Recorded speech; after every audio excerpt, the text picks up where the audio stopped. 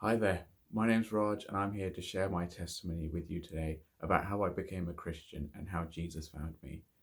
I was raised in a Sikh house, and so I myself was a Sikh for 14 years growing up and came to believe in Jesus Christ after, well, let me explain it to you.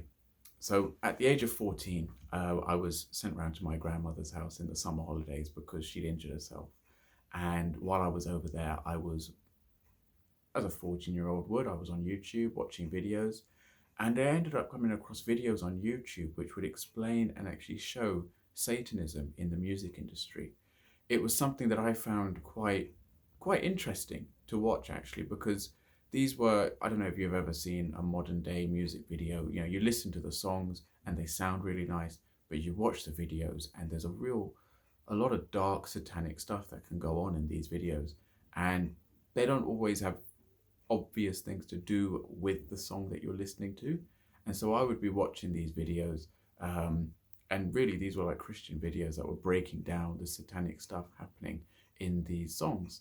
And I was quite interested because you watch these videos and you find that, there's a lot of, again, Satanism, there's a lot of stuff happening in them that don't seem to always make sense. But actually, it was something that it wasn't just the odd artist here and there making their songs like this. It was a number of popular music artists that actually had this in their songs, and so I was interested and watching this just to see what was happening and to understand what it meant and why they were doing this stuff. Um, Obviously, myself at the time being a Sikh, at the end of these videos, they were Christian videos, so they would, at the end, sort of invite a person to give their life to Jesus Christ, to become a follower, to pray a prayer, pray the sinner's prayer, and actually to accept Jesus into your heart. Now, I would watch these videos, but I would ignore that bit. I was a Sikh, so I wasn't going to pray that prayer to Jesus, and I just carried on watching these videos. But as time went on, and I was watching more and more of these videos, I started to get a bit scared actually, because these videos were really, there was so much of this stuff happening, and it was plain to see when you were looking for it. And it was, these people were worshipping the devil, or they were doing a lot of demonic satanic stuff that didn't really, and it was it could be against Christianity, and it was like, why is this happening? Why are these guys doing what they do? And I actually got really scared, and I got to a point where actually I thought, you know what, I need to pray this prayer to Jesus because I was scared. Um, so I went up to my room and I found this, the prayer that you pray to accept Jesus into your heart. And I was very fearful, but I didn't want anybody in the house to hear me praying this prayer. So I whispered this prayer in my room to Jesus. As soon as I finished praying this prayer to Jesus, and accepting him into my heart, my head just cleared up. My fear was gone, and this peace just came on me, and it was amazing. It was an experience unlike anything I'd ever had before, and it was something that really, I couldn't ignore it. I couldn't deny it because it was something so real that had happened to me. So that was like the first step, if I can say that, in my personal journey with Jesus. I From that point onwards, I tested my faith. I tested because having grown up as a Sikh for 14 years, I didn't want to give that up immediately, but I couldn't deny this experience that had just happened with Jesus.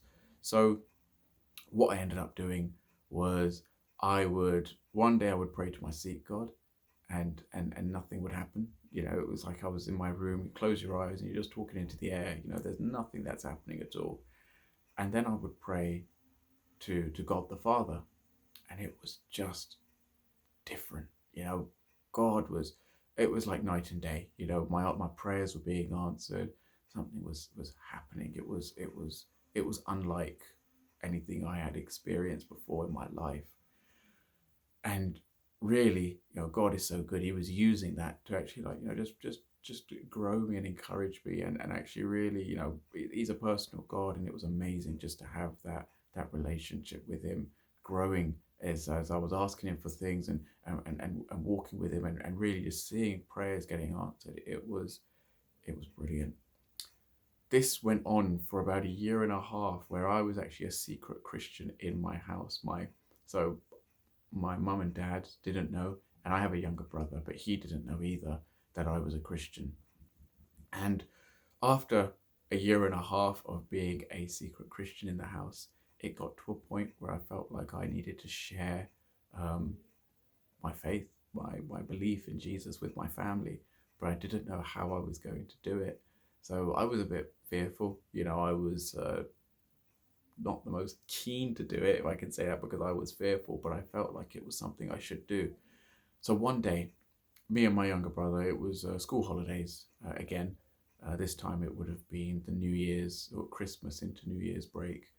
And it was late one night. We weren't asleep. We used to share a room. And so we weren't asleep. It was the holidays. But I asked him if I could if I could talk to him. And for context, at this time, I would have been about 15 years old, and my younger brother would have been 10. Just trying to think, actually. Yeah, I would have either been 15 or 16 years old, but trying to do quick maths in my head there. But my younger brother being 10 years old. So we were talking, and eventually I asked him if I could pray for him. And he said yes. So what happened was he was lying on the bed. I put my hand on him and I prayed for him, but I prayed in my heart because I didn't want him to hear what I was praying for or who I was praying to. So in my heart, I said, Jesus, my brother's the sort of kid. If he hears things, he won't believe it. But if he sees them, he'll believe it. Jesus, show him heaven. And a few minutes later, I tried to disturb him. And he said, bro, don't disturb me. I'm in heaven. And it was incredible. It was he was having a vision of heaven. He was awake. He was lying there on the bed. His eyes were closed. But he was seeing all this happening while his eyes were closed. And he describes he saw angels. He describes seeing things in heaven that were amazing and incredible. And one of the things he describes seeing is he says to me, I see what he described as like God's castle. And he says he went in and he says he saw God. But he said he couldn't see God's face. He said he could only see up to like his neck. He couldn't see above that and see his face. He said God was light and he was wearing a robe. And this was, amazing to hear. We know from the Bible that God is light and that nobody can see the face of God and live. So this was, amazing to hear. And after that, he said to me, I see Jesus. And he said he saw Jesus, but he even spoke to Jesus, but he didn't speak to him mouth to mouth, like how, you hear me now as I'm talking to you. But actually it was mind to mind. And I was, this is amazing stuff. I mean, I was in tears. I was crying because I was saying, Lord, it's not even been 5 minutes and you've answered my prayer here. And my brother, after seeing heaven, he was crying as well because he said he felt like he was the most special person in all the world. And if you've seen people with their near-death experiences who say they've gone to heaven, it was incredible. The stuff that he was sharing and line up with what they've seen there as well, and just the details he describes it's incredible. After that whole experience happening, my brother ended up asking me if he could pray for me because he wanted me to see heaven. Now I was keen. I said, yeah, please do. So he was copying me. I was lying on the bed. He put his hand on me and he prayed for me, but nothing happened. And so I'm lying there wondering, what's happening? Why has nothing happened? And so I asked my brother, look, who did you pray to? And he said he prayed to the Sikh God. In his words, he said he, in so much as he was praying to our old Sikh, deities or ways that we used to pray. And I remember, I knew from my experiences that wasn't what he needed to do. He needed to pray to Jesus. And I had to figure out how to tell him to pray to Jesus without telling him, you need to pray to Jesus. So I asked him, I said, bro, when you went to heaven, who did you see? He said, I saw Jesus. I said, did you see, the Sikh deities? No. I said, who do you think you should pray to then? Well, Jesus. So I'm lying on the bed, and this time he's praying for me, but he's praying to Jesus and asking Jesus. And the strangest thing, it felt like I was lying on the bed, but it felt like I'd just fallen. As in, like when you're on a roller coaster and it just drops at the peak. That's how I felt. But obviously I was in my bed, I wasn't moving, and I got really scared. I was really quite worried at that point. So I sort of stopped my brother. I had to, I was really fearful at that point. And I started going through a really bad patch for that month, basically, where I constantly felt like I was just going to drop dead and move on. I was gonna die.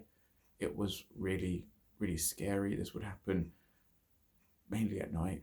In the evening, I would feel like I was just gonna die. It was really, really, it was scary. I couldn't go to bed and sleep because I felt like if to sleep you've got to be still, and if I lied down and stayed still, I felt like I was gonna drop dead and die. So I had to keep on moving, keep on walking. I was shaking. It was not a nice time at all. We went to the hospital, we called an ambulance out, and when we either went to the hospital or the ambulance came out, the paramedics, I was fine. At one point we had a paramedic who sort of stayed with us for a bit of time. I was just sitting there. Nothing had happened. Nothing at all. But as soon as he went, the problem started again. The doctors didn't know how to explain it, so they said, oh, it must be anxiety. It was coming up to my GCSEs at that time. So they said, oh, it must be exam anxiety. He must be anxious about his exams. And I wasn't very bothered or worried about my exams. I knew it wasn't that. But, there's only so far that they could have gone. The issue wasn't a physical issue. It was more of a spiritual thing. And science can't investigate spiritual things like that. So, yeah, they gave that conclusion, but to no avail. And so I was there. And in that time, just to share with you as well, it was in that time of that trouble happening that the news broke out to my parents that actually I'd become a Christian. And so because I was going through this hard time and my parents were worried for me, they were not too concerned about me becoming a Christian. Because of me having these issues and feeling like I was going to die, they were more concerned for me and my life and well-being rather than my faith. And so, yeah, that was how that panned out. And this went on for about a month, where these troubles and challenges just went on. Eventually, I went to my room and I prayed to God, and I said, Father, I don't know if this is to do with my brother praying for me to go to heaven. But I said, if this is to do with that, I don't want to go to heaven till the day I die. So when I go in, I never have to leave again. And after that, the problems really dropped off for me. There may have been an issue every now and again, but it was so drastic of a change. I mean, I had such a good night's sleep. So it was incredible to see that happening. But with that issue dealt with, there was another one that had now arisen in the house, which was now that there was this difference in belief between the parents and the children. So Mum and Dad tried to bring us back into Sikhism because it's not something that they wanted to have to face with one of their sons or both of their sons professing to believe in Jesus Christ and being Christians.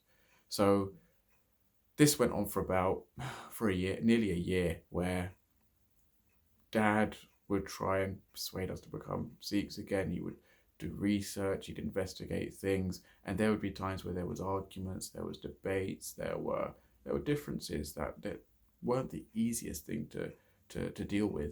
And so this went on, as I say, for nearly a year, until towards the end of that year, really, where my dad became a Christian too. And not too long after that, my mum also became a Christian. And it's just been, well, life just hasn't been the same. We've seen miracles happening. We've seen prayers answered. We've had things happen that they're just amazing. They're miraculous. And all of this has happened since we've started believing in Jesus and come to Him. So I just want to encourage you, to whoever's listening to this, that if you're not a Christian, explore Christianity, see what Jesus can do for you. I mean, He's answered prayers for us, and He's done miracles for others as well, that believe in Him. And if you are a Christian, just to encourage you as well, that God is alive and He's doing miracles, and Jesus Christ is who He claimed to be. He is the Son of God who came 2,000 years ago to die for us and rise again from the dead to bring us forgiveness for our sins. And He's doing miracles even today. So God bless you, and may the Lord bless you and keep you and show you His ways in truth, in peace and in love. God bless.